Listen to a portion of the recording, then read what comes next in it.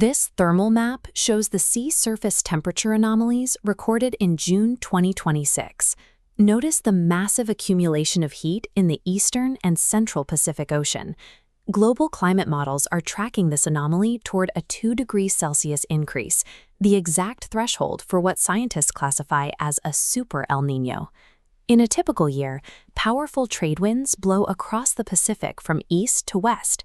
These winds push warm surface water toward Asia, which physically drives heavy monsoon rain clouds directly over India.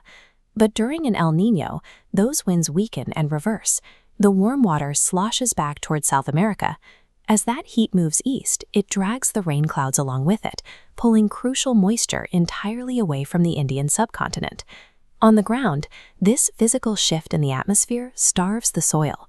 Millions of acres of Indian farmland are plunged into severe drought right in the middle of the critical growing season, which presents a fascinating chain of events. How exactly does a lack of rain thousands of miles away force India's central bank to freeze the entire national economy?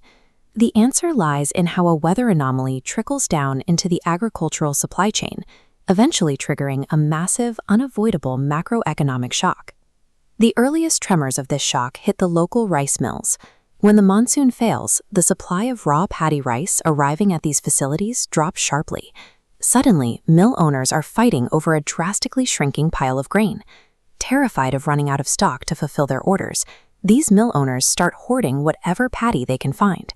To secure that grain, they have to pay steep premiums to local farmers and traders. Those expensive procurement costs do not stay trapped inside the mill. The price hike travels straight up the supply chain, landing directly on the price tags at the grocery store.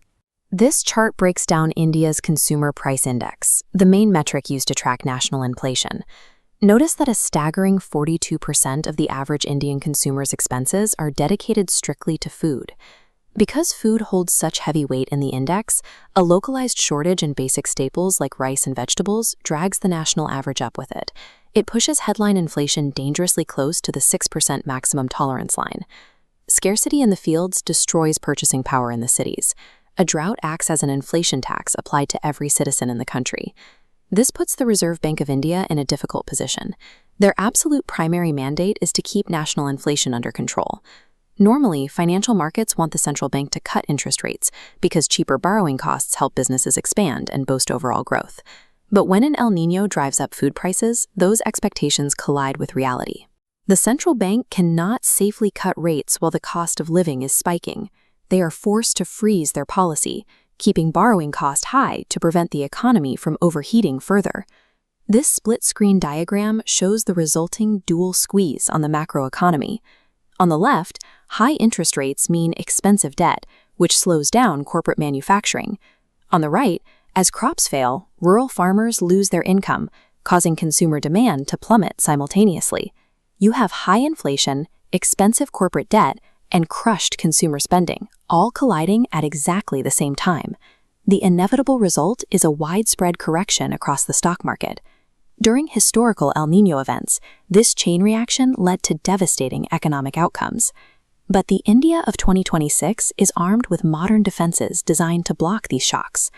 The first structural defense is the country's massive network of dams and national water storage. This bar chart compares historical reservoir levels against current data. The 10-year average heading into the dry season sits at 34.4. However, they are still not powerful enough to completely shield corporate margins from the pressure of frozen interest rates. Ultimately, ocean temperatures dictate weather, weather dictates crop yields, and crop yields dictate central bank policy. In the modern global economy, climate data is financial data, and tracking the Pacific Ocean is now just as critical for investors as tracking GDP.